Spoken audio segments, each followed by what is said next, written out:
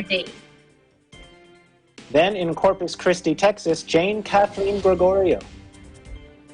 The state of Texas enters phase 2 of reopening, and a Corpus Christi dance teacher gets her class to make masks for the community. Then Michael Hudson in Seattle reports about Governor Inslee's announcement to restart all medical services in Washington state. Angel Membreri in Sacramento, California reports about the Office of the Governor of California's criteria for counties to move forward. Then in Las Vegas, Nevada, Jomel Flores. Will Nevada pull back from Phase 1? And who qualifies for recently launched pandemic unemployment assistance? And then finally, we'll hear from Kyle Acuna in Glendale, California. Since the start of the COVID-19 pandemic, food bank distributions have skyrocketed by 80%. Plus, we'll learn how to make some sweet, special, and savory tuna pies. But first, an overview of how the world looks now. According to the Coronavirus Resource Center of Johns Hopkins University in Medicine, as of 5 p.m. Eastern Time, Tuesday, May 19, 2020, the number of cases of COVID-19 reported worldwide is now more than 4,800,000.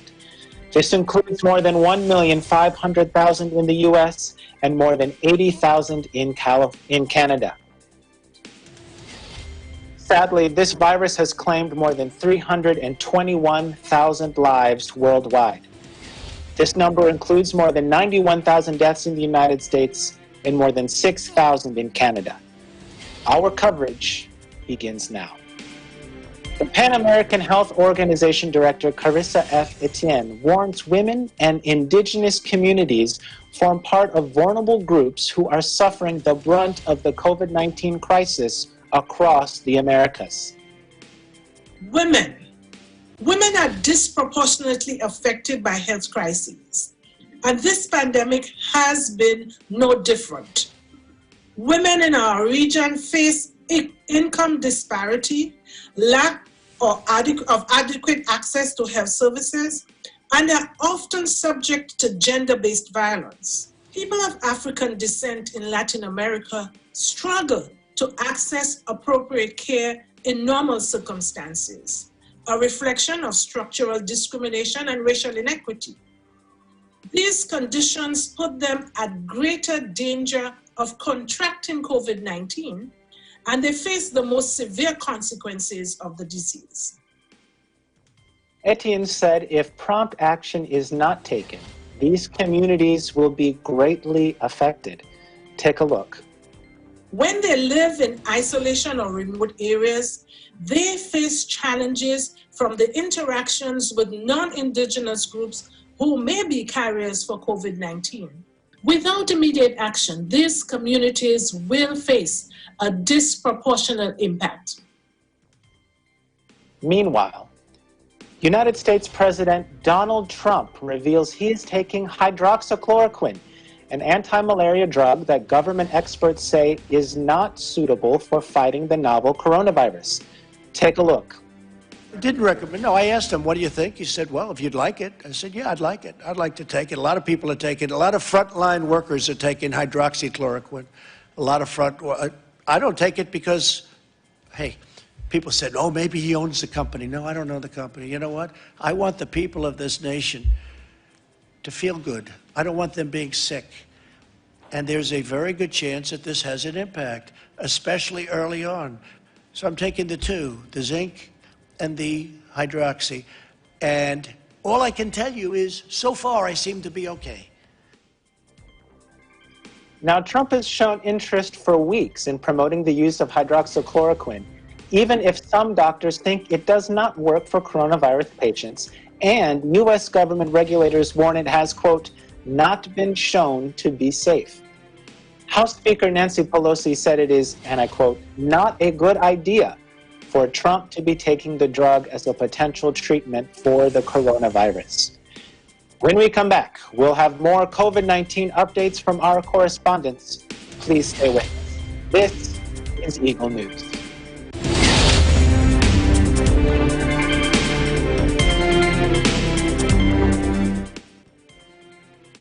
kahilingan, iisa lang ang pinangahawakan. Ang pangarap na makilala sa kanilang larangan. Mas titindi pa ang performances ng ating mga TNG aspirants dito lang sa pinakabago at pinakamalaking talent competition ng Philippine Television. Ito ang...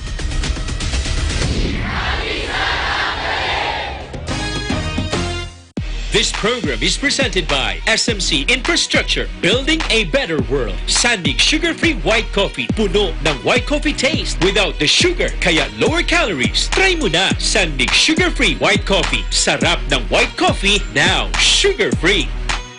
Vet-approved Nutri-Chunks, the only premium dog food with active boost for optimum energy and prebiotics that help strengthen immunity. Just like Catherine Bernardo, gawing listo ganado ang fur babies niyo. Listo ganado sa Nutri-Chunks. Magnolia Chicken Templados, delicious, ready to cook and freshly marinated daily. Pure Foods Luncheon Meat, pure sarap for every family. Star Chunky Cheese Corned Beef, ang cheesy ng corned beef mo. Walang duda, kids can tell na #1 ang Pure Foods Tender Juicy. Ang tender, ang juicy, ang sarap. Co-presented by Kubert, expert in air conditioning and electromechanical.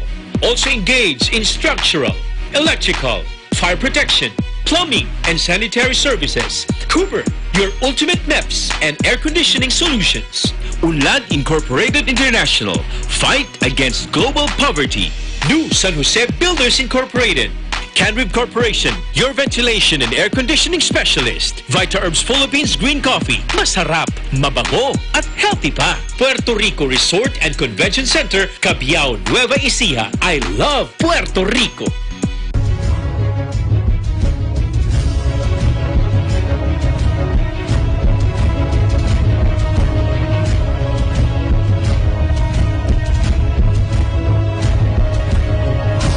Participation with Rain or Shine Elastomeric Waterproofing Paint. Colorful protection for your home. Matimco. Matimco is wood. Wood is Matimco. Our Square Variables Incorporated, your trusted UPS supplier and UPS maintenance provider in Luzon, Visayas, and Mindanao. CompuZell Computer Services, ID card and lanyard manufacturer. Saisho International Trading Corporation, DN Steel, EMAC UPB Roof Corporation. Hey, Gretchen Ho here, and I'm a white coffee lover. Creamy kasi, and very yummy. Pero mas masarap kung hindi nakaka-guilty. Check my new discovery, Sandmade Sugar-Free White Coffee. Puno ng white coffee taste without the sugar, kaya lower calories. Try mo na! Sandmade Sugar-Free White Coffee. Sarap ng white coffee, now sugar-free.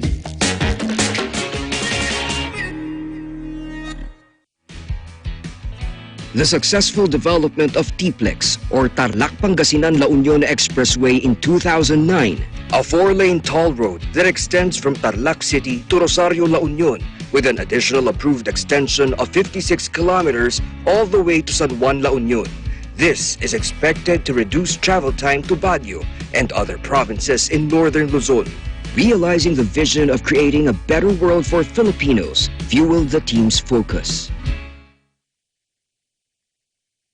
Listo at ganado ang baby ko sa vet-approved Nutri-Chunks with active boost and prebiotics na pampalisto. Made with real meat, with essential nutrients to help them grow healthy and happy. Listo, ganado sa Nutri-Chunks. Ikaw lang ang star ng buhay ko. Para sa akin, perfect ka. Ibang klase ang sarap ng corned beef mo. Ang cheesy ng corned beef mo. Pag Star Chunky Cheese Corned Beef, sarap ng corned beef, inangat pa ng real cheese cubes. Kaya perfect ang sarap. Star Chunky Cheese Corned Beef.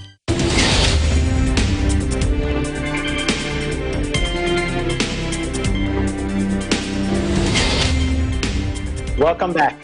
You are watching Eagle News. I'm Philip Toledo in Atlanta. Now, non-essential travel between the United States and Canada is prohibited for another month. Thomas Leibniz in Edmonton has the report. Well, good evening, Philip. I won't be coming down to see any of you for a while, well, at least for a month. As you mentioned, Philip, the border remains closed to all non-essential travel. This is the second time that closure has been extended for another 30 days. The border was to have reopened this Thursday. Now it's going to be June 21st before that ban is lifted. Prime Minister Justin Trudeau hints that there might even be further extensions. As we've seen, the decisions that we're taking are very much made week to week in this crisis. The situation is changing rapidly, and we're adjusting constantly to what is the right measures for Canadians to get that balance right between keeping people safe and restoring a semblance of normality and the economic activity that we all rely on. We're going to keep making those decisions as time goes on. It was the right thing to further extend by 30 days our closure of the Canada-U.S. border to travelers other than essential services and goods. But we will continue to watch carefully what's happening elsewhere in the world and around us as we make decisions on next steps. Now, Trudeau won't speculate on what additional measures might be put in place when the border does reopen to international travelers. Some provincial premiers here have called for increased screening and contact tracing of international arrivals. Don't know what it's like where you live in your particular states, or if you're listening in Canada, province. In my province of Alberta, one of the restrictions we have is group singing, not allowed, whether it be at a worship service, a social gathering, or something like even choir practices. Chief Medical Officer of Health, Dr. Dina Hinshaw, says for now that restriction is going to remain in place. So singing is an activity that has a higher risk of spreading the virus than simply talking to someone. And so the restrictions that are on religious gatherings with respect to no group singing would apply to choirs as well. And certainly that's something we've been getting questions about then for things like concert bands with brass instruments or wind instruments, whether or not that poses a risk. And we're looking at those questions. I don't have an answer for bands or those who are playing instruments in a group together today, but we are trying to consider how we can use the best evidence available and provide recommendations to those groups. We know that music is an important part of many people's lives, and we want to make sure that we're giving the best evidence-based recommendations for how that can happen safely. And that is one thing I truly miss. Singing as a group, whether it be in a worship service, whether it be in a social gathering at our houses. Life just isn't like it used to be, is it? In the meantime, I wish you all good health. Take care of others. Take care of yourselves. Stay home, stay safe, and stay tuned to Eagle News for accurate and balanced coverage of the COVID-19 pandemic. In Edmonton, Canada, Thomas I. Likeness, Eagle News. We live in interesting times. Thank you so much for that report, Thomas. I'm just curious, with the border being closed, what are you hearing from your community there? Are people really feeling the impact of this? Did they want to come visit the United States? There are some, and I would imagine communities that are closer to the border, and I'm thinking of, Toronto, Vancouver, Montreal, where for them it's just an hour's drive, and they're in the U.S. Some of them miss it, but there was a survey just came out about 3 days ago, a public opinion survey, and roughly 80% of Canadians want that border to remain closed for now. We don't want to take any chances. I think I've said this before on this program that up here, Canadians tend to err on the side of cautiousness. We're less likely to take the risk that you might find, for example, in the United States. Absolutely. And I guess just one final question, since you mentioned that you love group singing so much. Thomas, are we going to see you on the EBC record label at any time here in the future? I auditioned, and Kababi's, well, these are his exact words. Don't call us, we'll call you. Thank you so much, Thomas. You take care. You too. Now, the Iglesia Ni Cristo, or the Church of Christ, holds a contact-free aid to humanity relief distribution in Hawaii. Eagle News correspondent Charmaine Serrera has the story. First of all, we thank our Almighty God and to the church administration for allowing us to unite with the present activities of the church with regards to helping other people, even our brothers and our sisters. We call it the lineal or aid to humanity. Amid fears of the ongoing COVID-19 pandemic, members of the Iglesia ni Cristo or Church of Christ in Hawaii bravely conducted a contact-free, door-to-door food donation drive for their fellow neighbors, upholding the essence of the church's Aid to Humanity program. Bags of rice, canned goods, toiletries, and other essential items were distributed in select communities throughout the Aloha State. The District of Hawaii Pacific also helped not only those who are not members of the church, but even those who are listening to the Bible studies and also our brethren who are in need. Recipients were contacted in advance so as to reduce their worries towards outsiders. Others chose to have their share of free goods drop off at their front door or designated area within their property. Church volunteers made sure to abide by government-mandated safety measures, such as staggering their donation schedules and maintaining social distancing during their neighborhood visits. We are glad to inform you that we have brethren who joined in this activity, participated in distributing goodie bags and also other necessities needed, especially now that we have the COVID-19. In addition to the material donations, church members distributed copies of God's Message, the church official publication, as a way to introduce their neighbors to the Church of Christ. They described their magazine as a good source of hope and inspiration, especially in these unprecedented and challenging times. We thank once again the church administration. We appreciate also our brothers and our sisters in joining in this activity, and we encourage everyone to continue to help our fellow men, not only in sharing these material things needed by our fellow men, but also the words of God, which really needed by each and every one of us to be our spiritual guide and motivation and inspiration as we continue to combat this disaster, COVID-19. Church of Christ members in Hawaii are already anticipating similar outreach efforts in the near future, as they and their neighbors continue overcoming the crisis while striving to get their everyday lives back to normal. For Eagle News, this is Charmaine Serrera. We live in interesting times. Thank you so much, Charmaine. Now, President Trump holds his first cabinet meeting for the year. Imelin Ramos in Washington, D.C. has the details. Thank you, Philip. Today, President Donald J. Trump held his first cabinet meeting for this year. Normally, we see these cabinet meetings being held in the cabinet room of the White House, where the president and his cabinet are seated tightly around a large oval table. But today, it's a different world, and the way we do things have changed. Because of the pandemic and to comply with social distancing guidelines, the cabinet meeting was held in the East Room of the White House. You might have seen the East Room being used for many historic White House events in the past.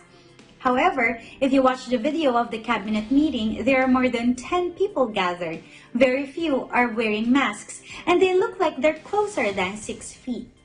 But that's just from my view of the video. Hopefully, they're actually following all the distancing guidelines. As the president entered the room, he was met with a standing ovation from his cabinet. During this cabinet meeting, the president also signed a new executive order which would eliminate various regulations. In the cabinet meeting, the president stated, quote, "I will sign an executive order instructing federal agencies to use any and all authority to waive, suspend, and eliminate unnecessary regulations that impede economic recovery." The president answered a number of questions from reporters. One question dealt with the president's controversial use of hydroxychloroquine, and in response, he defended his use of the drug. The cabinet meeting was indeed spirited and eventful. So in addition to other landmark events held in the East Room, such as Dwight D. Eisenhower taking the oath for presidency, President Lyndon B. Johnson signing the Civil Rights Act, you can add cabinet meeting of President Donald J. Trump. In Washington, D.C., I'm Malin Bondoc Ramos, Eagle News, we live in interesting times. Back to you, Philip. Thank you, Amelin. Ken Cruz in Fort Washington has the details on the state of Maryland allowing COVID-19 testing for individuals without symptoms. Thanks, Philip. Maryland Governor Larry Hogan announced new guidance Tuesday that allows people without symptoms to be tested for the coronavirus at select state-run testing sites. The state is also opening 2 more testing sites in Prince George's County and allowing pharmacists to administer the tests. Hogan said more than 200,000 tests have been administered in the state, representing 3.5% of the population, allowing testing to expand to people who may have been exposed to the virus but don't have any symptoms. The governor said, quote, "This will help doctors diagnose and treat new cases more quickly, and it will help further increase the safety of our citizens," end quote. Public health experts have said that having widespread testing available is a crucial component in the strategy to mitigate the spread of the coronavirus as restrictions on activities and gatherings are eased. Identifying people who have the virus and isolating them and their contacts can limit how many people get infected. Experts believe people infected with the coronavirus but who are not feeling sick or having symptoms can and unwittingly pass the virus on to others. Baltimore's Health Commissioner, Dr. Letitia Zaraza, said, quote, "We want to expand our testing capacity to be able to test anyone who is symptomatic or anyone who's deemed appropriate for testing. That includes asymptomatic folks who may have had exposure or work on the front lines," end quote. The appointment-free testing at state-run sites will be gradually rolled out, starting with a site at Maryland State Fair in Timonium on Thursday, followed by the Vehicle Emission Inspection Program stations in Glen Burnie and Hyattsville on Friday, and the VIP station in Clinton next week. The Maryland Department of Health reported 1,784 newly confirmed COVID-19 cases on Tuesday, setting a new high mark 4 days after the state began reopening its economy. Maryland is now reporting 41,546 cases, including nearly 2,000 people who have died from this disease. Along with the new positive tests, 5,368 people tested negative for the coronavirus in the 24 hours leading up to 10 a.m. Eastern Time, meaning roughly 25% of the 7,152 tests in that period resulted in positive diagnosis. The spike in new cases comes more than 2 weeks after Maryland's previous high of 1,730 cases. The overall number of people hospitalized due to COVID-19 in Maryland did fall by 26 to 1,421, the health department said. Of that number, 537 people are in intensive care. In Fort Washington, Maryland, Ken Cruz, Eagle News. We live in interesting times. Back to you. Thanks so much, Ken. Now we turn our attention to New York State, where they have doubled testing capacity to 40,000 tests per day. Abigail Dumlau in Rochester reports. Hi, Philip. 7 out of 10 regions have met all 7 metrics required to begin phase 1 of the state's reopening plan. Governor Cuomo said, as more regions and businesses across the state become eligible to begin reopening, New Yorkers are getting excited. But we must not forget the hard work we've done and the pain we've experienced for the last 2 months. New Yorker State on pause will continue through May 28 for regions that have not started reopening. A 2-week hospital visitation pilot program will allow increased visitations for family members and loved ones. Visits will be time limited, and visitors will be provided with PPE and subject to symptom and temperature checks. 16 hospitals across the states will be participating. New York has doubled testing capacity to reach 40,000 tests per day with more than 700 testing sites. Governor Cuomo was even tested live during his daily briefing on Sunday to show how fast and easy it is to do. Anyone who thinks they have COVID symptoms is eligible and can visit a new website to find nearest testing sites. The state has also partnered with Google Maps. New Yorkers can search COVID testing near me on Google Maps to easily find the nearest testing sites. For the numbers, there are over 352,000 positive cases and over 22,000 deaths. In Rochester, New York, Abigail Dumlao, Eagle News. We live in interesting times. Back to you. Thanks, Abigail. Now, with all that increased testing happening there in your state, I'm just curious, do you actually know many people who have gotten this COVID-19 test? Yes, few of my friends from here in New York. So it sounds like it really is starting to ramp up, and that's probably a good thing, right? Because there's a lot of holidays coming up and people want to feel safe when they're outside. Memorial Day being one of those holidays. I was just curious, what are you planning to do for Memorial Day in spite of this pandemic? Well, normally I will be watching the Memorial Day ceremonies here at home. Well, Governor Cuomo said the Memorial Day ceremonies of 10 people or less will be allowed statewide and encourage vehicle parades in honor of veterans for Memorial Day. So I will be watching that from home also. Excellent. Will you make sure that you stay safe? Thank you, Abigail. Thank you. Now, when we come back, more COVID-19 updates from our Eagle News correspondents. We'll return shortly. Stay with us.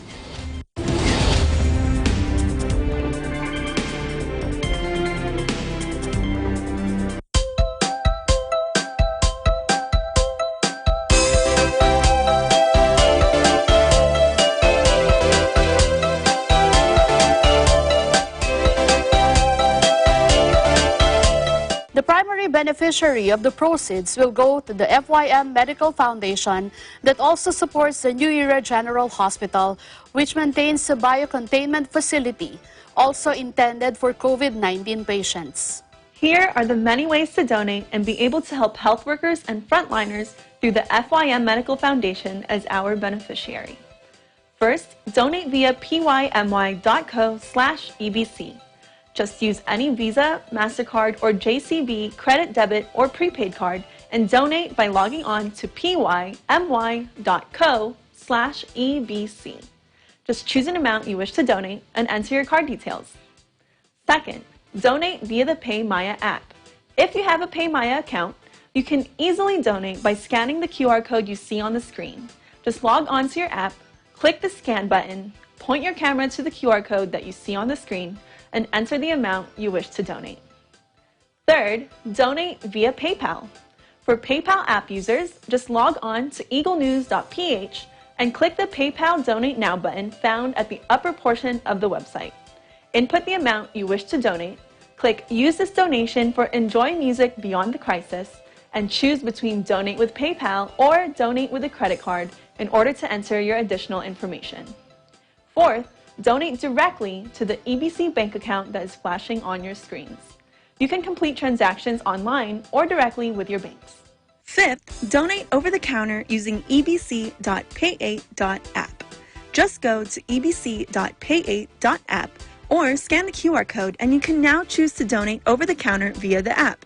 After typing your donation details, you can choose your payment options including over-the-counter payments like Palawan Express, LBC, EC Pay, and Cebuana Luwilier.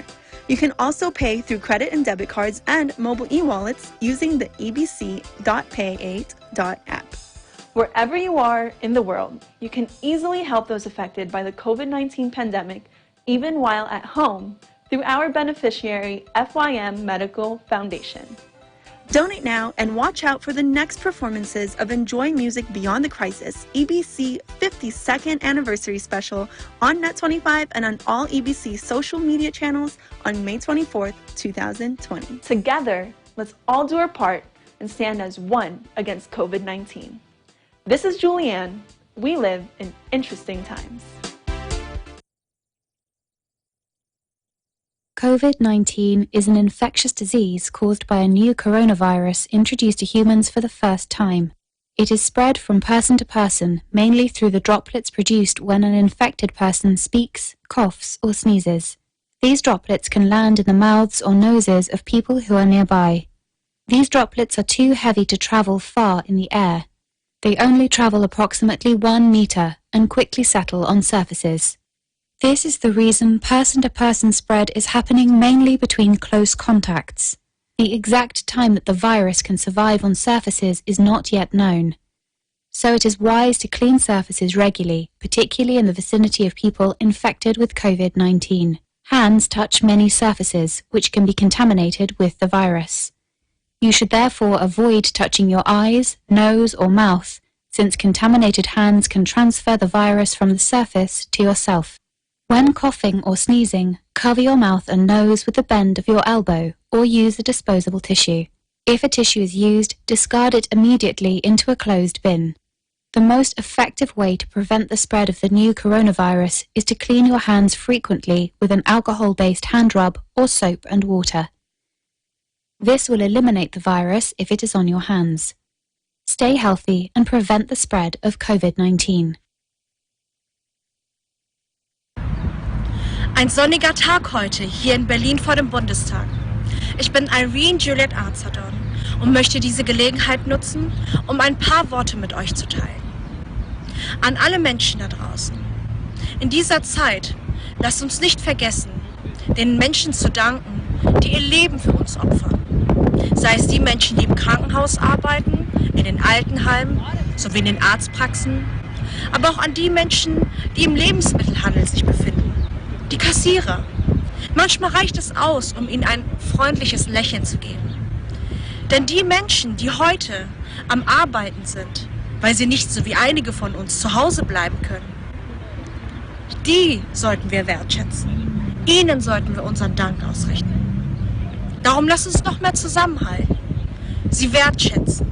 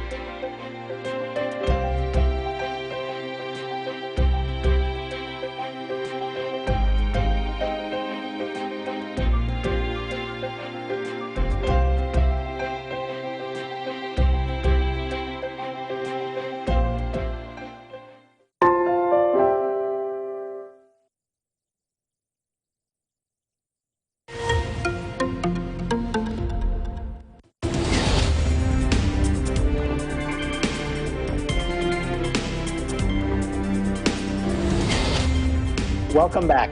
You are watching Eagle News. I'm Philip Toledo in Atlanta. Now, Texas enters phase 2 of its reopening. Plus, a Corpus Christi dance teacher gets her class to make masks for the community. Our very own Eagle News Texas Bureau Chief, Jane Kathleen Gregorio, has the story. Thank you, Philip, and a big howdy to you from the Lone Star State. Howdy. On Monday, Governor Greg Abbott announced Phase 2 of the State of Texas plan to safely reopen Texas while minimizing the COVID-19 spread. What this means, Philip, is that other services previously closed under Phase 1 may now open with restrictions and protocols set by the Texas Department of State Health Services. So you might be wondering, what's open now? Well, gyms, health clubs, exercise classes, massage and personal care centers, youth clubs, and recreation centers. And because more people are going back to work, childcare is needed. Therefore, childcare centers are also open, as well as salons that were open a week prior. On May 22nd, he announced the opening of, or on May 22nd, the following services will be open: rodeo and equestrian events, bowling alleys, simulcast racing, skating rinks, aquariums, and natural caverns. Also, restaurants may open to 50% of occupancy, and businesses inside office buildings may open with occupancy of 25% of their workforce. Opening on May 31st will be day youth camps, overnight youth camps, youth sports, and certain professional sports such as golf, baseball, football, and basketball without in-person spectators. And the governor announced that public schools have the option to provide in-person summer school under the social distancing protocols laid out by DSHS starting June the 1st. Some counties experiencing COVID-19 surges or hotspots will be delayed from Phase 2 reopening until May 29th, and this includes the El Paso and Amarillo, Texas areas. Now, as I mentioned earlier, exercise classes are now open, and we spoke with a Hawaiian dance instructor here in Corpus Christi regarding her feedback about Phase 2 reopening and how she rallied her students to make Hawaiian print masks to share with the community. Let's take a look. Aloha, my name is Carolyn Leilani Arwood. I live here in Corpus Christi, Texas. My profession is dancer. I'm a professional dancer, teacher, instructor, and choreographer. My business is Aloha Luau's, and we are an educational and performing Polynesian hui. As the state prepares to reopen, and we have partially reopened, and there's been more reopenings announced this last weekend, I've been just talking with my dancers on how they're feeling about the situation, how they're feeling with being comfortable in public and social distancing, and what they feel comfortable that we are able to do. So we will stay for a couple more weeks, virtual learning like this in my virtual living room classroom. And then in a few weeks, I will transition the intermediate students back into the studio where we will be social distancing. They'll learning proper protocol, washing their hands as they go in, not touching things, not touching their faces. We will use social distancing, which is not really hard in hula hula. You generally have your space that you stand in and dance. There's not a lot of touching interaction.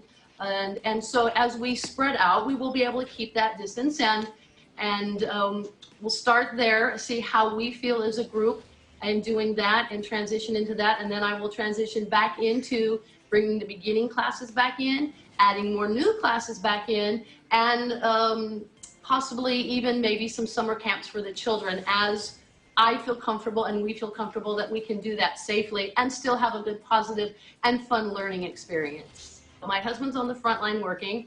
What can I do? Well, I have more time at home. And I chose to, because I have a sewing machine and the ability to make masks. There was a need for it, and I was getting a lot of calls. So I took that challenge on and decided to do that. And I thought, what a better way to involve my dancers in a community service project. I had the dancers, individuals or families, if there were siblings and the parent mother, come at different times, and I set the projects out for them, all cleaned and sanitized, ready to go.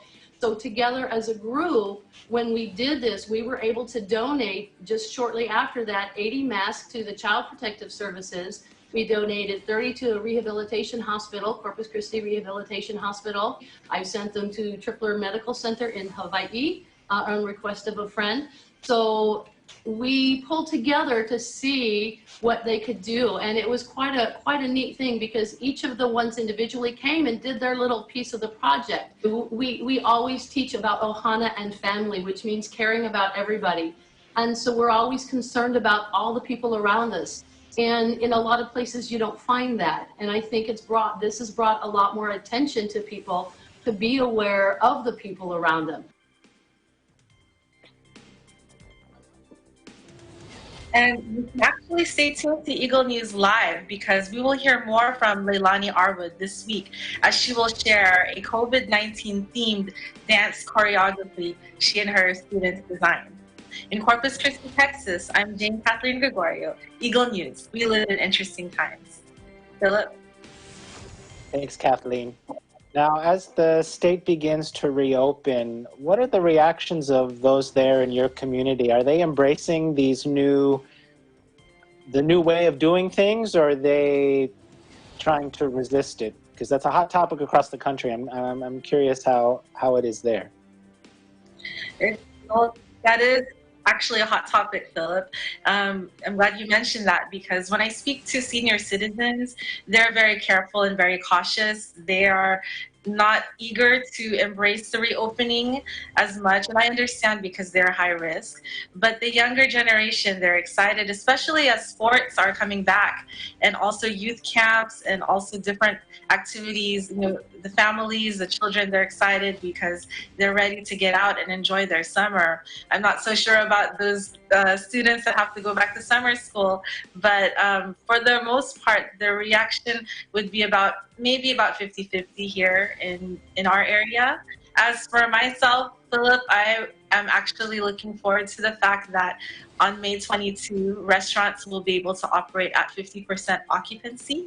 My plan is I'm going to surprise my husband by taking him out to dinner for his birthday at our favorite Cajun crab boil restaurant. And you know, it's just not fun to eat it at home. It's nice to just be there at the restaurant and eating it there, enjoying the ambiance and making a big mess. So don't tell him, it's a surprise. Okay, well, I know that he watches every night, so just tell him to turn it off on this portion. Right, thank you, Philip. All right, thanks, Kathleen. Now, in Washington State, Governor Jay Inslee announces the restart of all medical services in Washington. Michael Hudson in Seattle reports. Hey, thanks, Philip. Before I get into the story, I wanted to give you a quick update with our state numbers. As of today, the positive cases are at 18,433 and the deaths are just over 1,000 at 1,001. As of yesterday, Governor Inslee has instituted that all medical procedures, including dental work, can resume. Each medical and dental establishment will take on the responsibility to ensuring that COVID-19 preventative measures are met when reopening. And I quote, "Our healthcare system was one of the first in the nation to be hit with COVID-19 cases when there was much we were still learning about the novel virus. Because of the great work of our healthcare system and communities, we managed the peak of COVID-19 activity in April without having a crisis in our hospitals.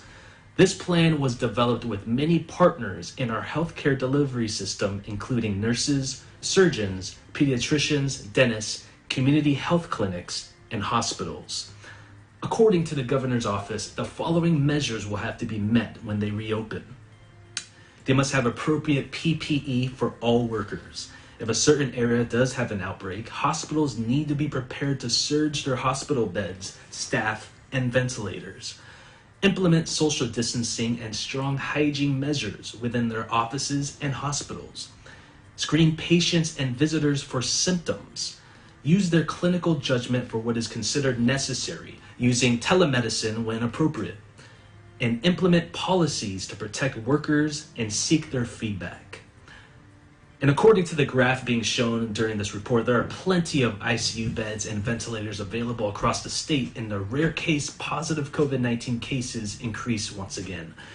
Though this is very positive news, the typical protocols such as limited numbers of people in waiting areas, physical social distancing, temperature checks, frequent hand washing, and hygiene will continue to be upheld as protecting patients and healthcare workers is the top and highest priority.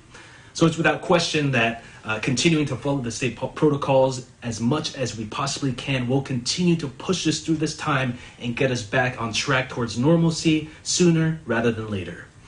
Reporting from Seattle, Washington, I'm Michael Hudson, Eagle News. We live in interesting times.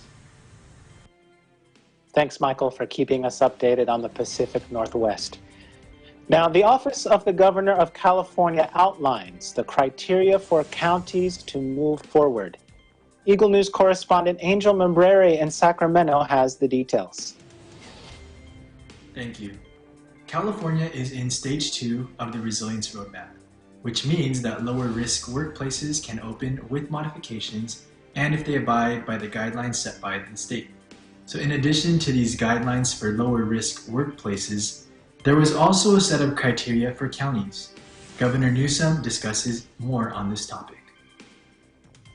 So today we want folks to know that in our additional modifications, we are moving forward to allow some of the larger counties to continue to make progress deeper into phase 2 and to do so effective immediately but on their own pace. And I say effective immediately, meaning the guidelines are out there, meaning the processes are in place, but they can go at their own pace. We estimate roughly, plus or minus, again it's a dynamic number, roughly 53 of the 58 counties would be eligible to move into this phase. Again, not everyone will move into this phase, and that eligibility is conditioned on the criteria that we're putting out. To elaborate more on this criteria for counties to move forward and progress through stage 2, there are categories that must be met. This is county metrics, county preparedness, and response. These all need to be met in order for a county to move forward through stage 2. So for county metrics, hospitalization due to COVID can't be more than a 5% change over a 7-day average, and less than 25 new positive cases for every 100,000 residents over a span of 14 consecutive days. Criteria for the category of preparedness includes testing, containment, and hospitalization capacity. And for the category of response, the county must provide a detailed plan of how they plan to move through stage 2.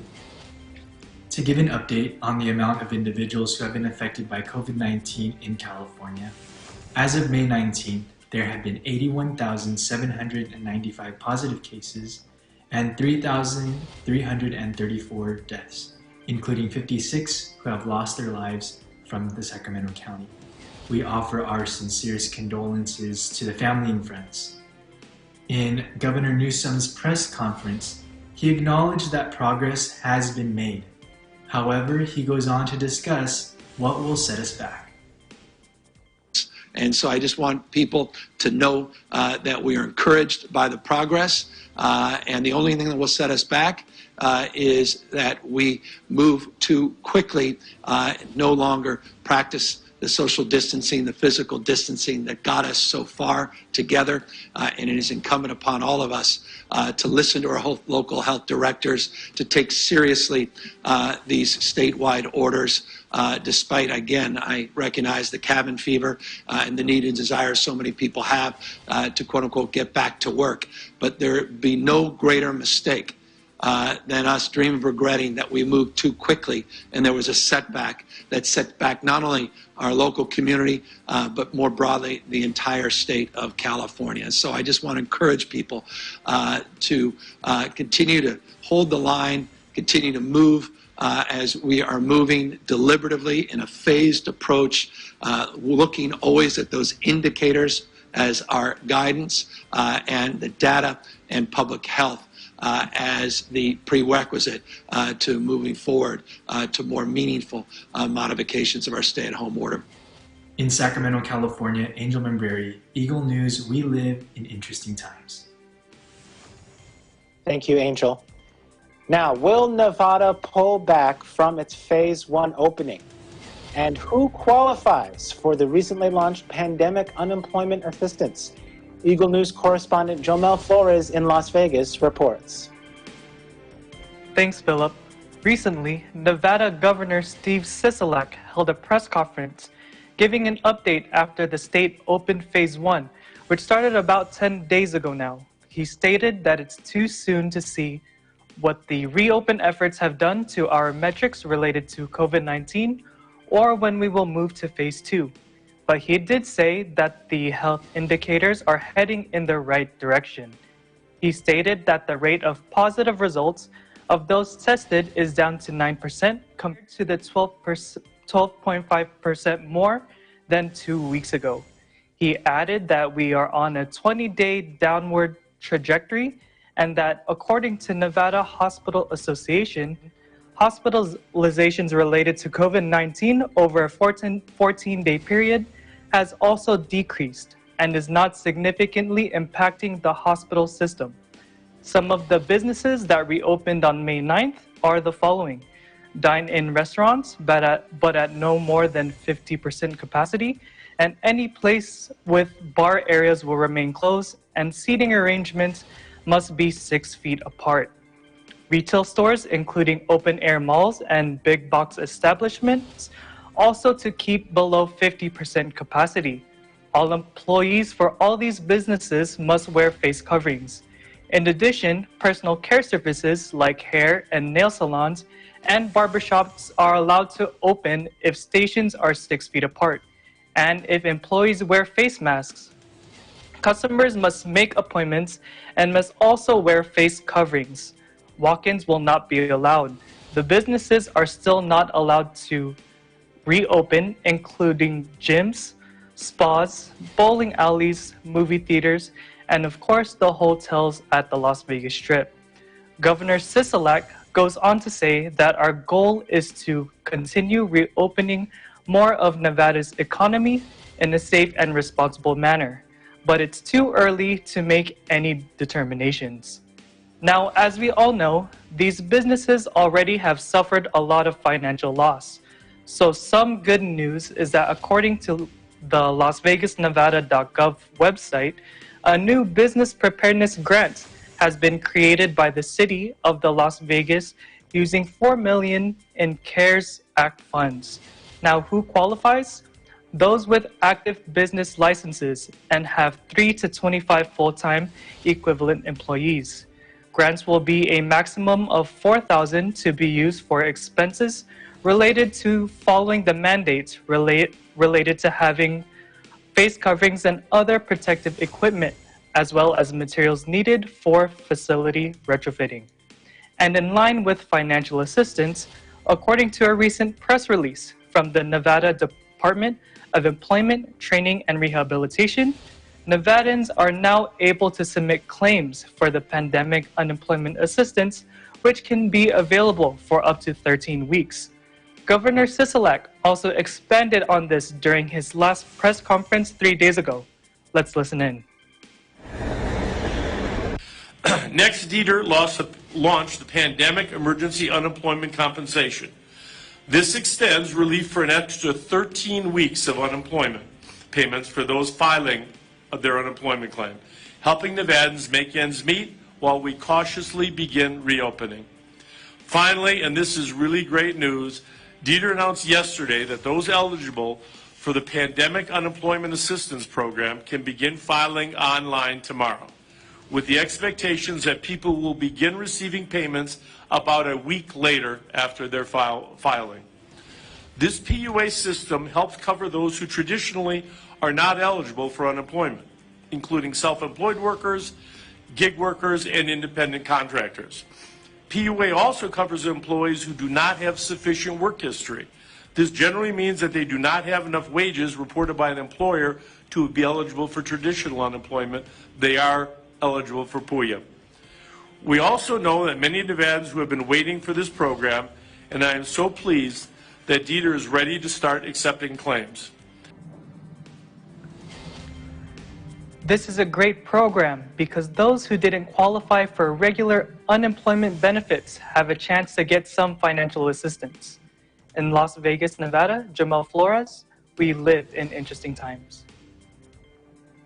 Thanks, Jamel. Now, do you know many people that have been affected or their jobs have been affected by the pandemic there in Las Vegas?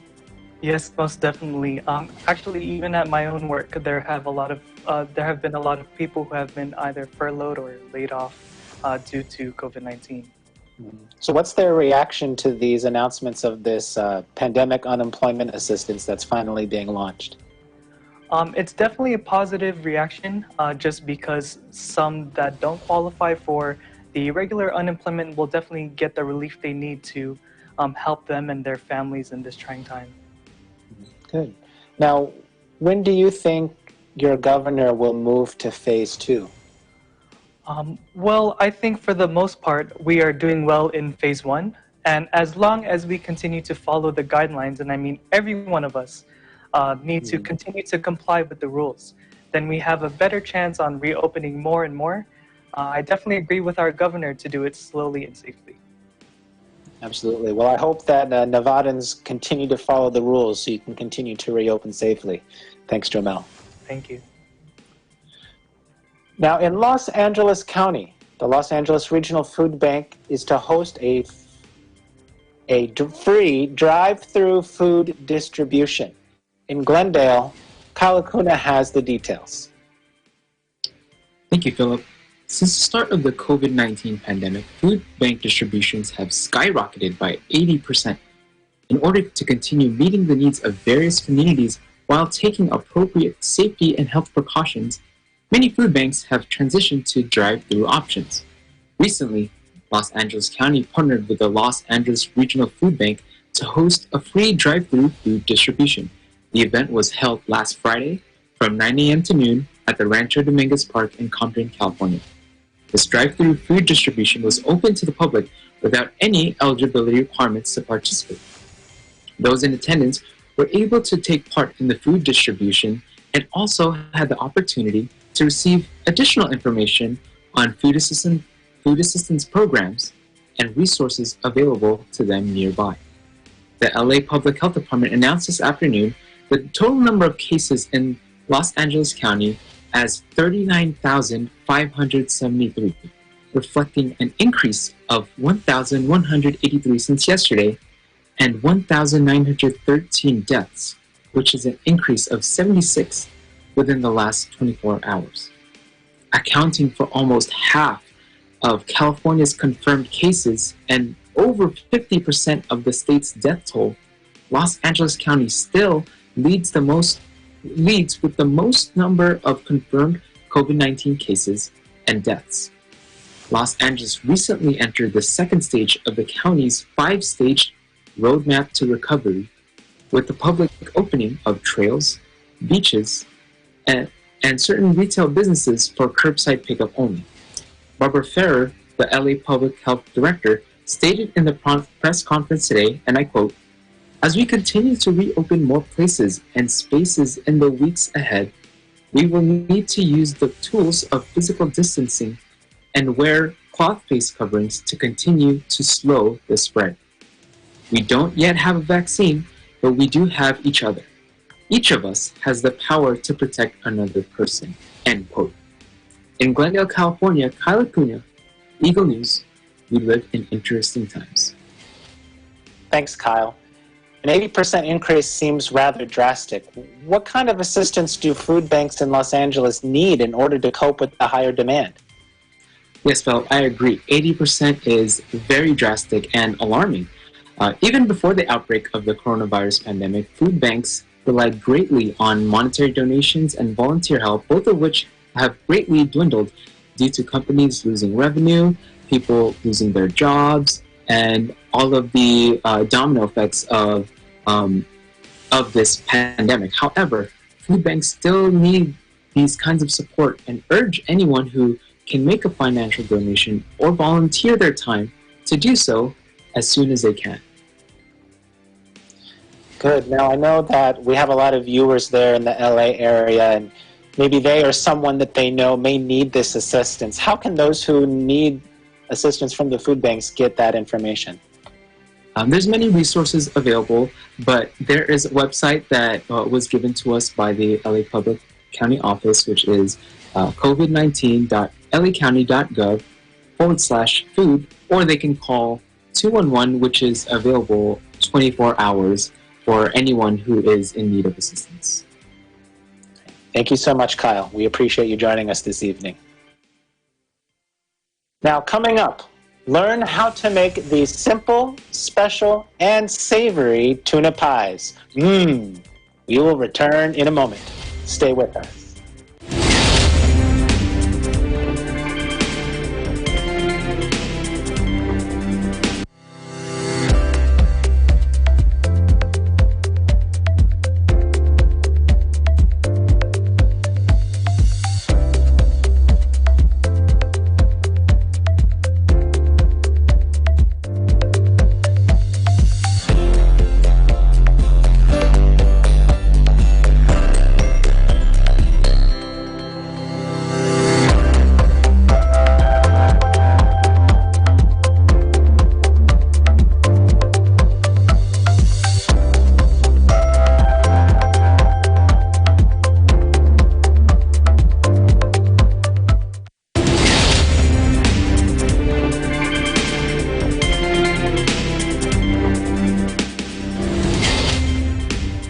Welcome back. You're watching Eagle News. I'm Philip Toledo in Atlanta.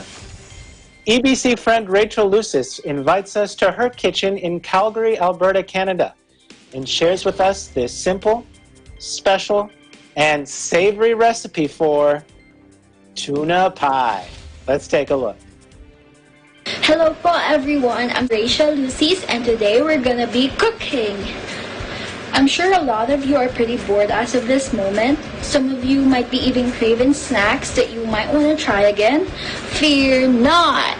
Today I'm gonna be showing you a quick, simple, and easy snack that you can make at home. We are gonna be making our homemade special tuna pie. Let's get started! Here are the ingredients that you will be needing in making a tuna pie. Bread crushed off and flattened, panko breadcrumbs and cornflakes, egg wash, spicy and sun-dried tomato-flavored tuna, mayonnaise and spices, and cheddar cheese. So the first step that we are gonna do is mix the mayonnaise and spices together with the tuna. Your spices depends on what you want and what is available to you. I use togarashi spice, salt and pepper, and Italian spice.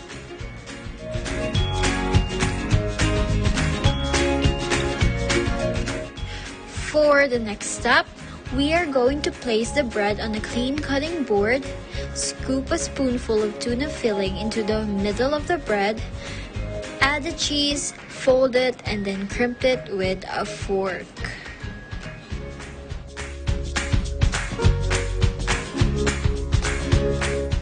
For this time, I repeated the process with the sun-dried tomato-flavored tuna.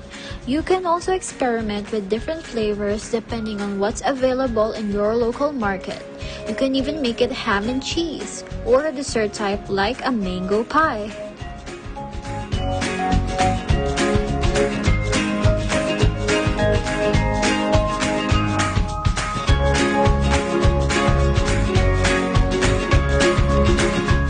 Now, we are going to mix the cornflakes and panko breadcrumbs. And let the breading begin. First, we are going to dip it in egg wash.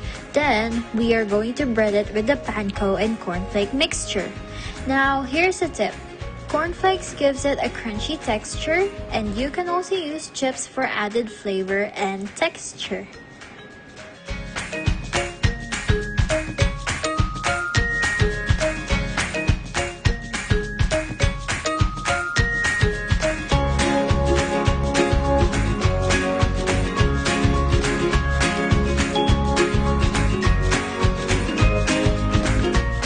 Now it's ready for some action. We are going to deep fry it.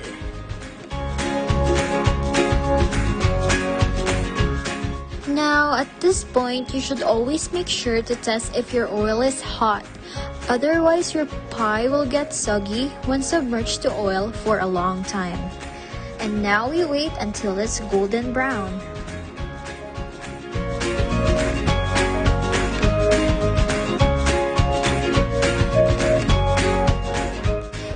the finished product. Would you like to try some? In Calgary, Canada, Rachel Lucy's Eagle News. We live in interesting times. Thank you, Rachel. That looks so good. It's like a fusion of flavors. Now, a few reminders before we end today. Make sure to wash your hands often with soap and water. Cover your mouth and your nose if you sneeze or cough. And when you're not, avoid touching your eyes, nose, and mouth. Avoid contact with sick people.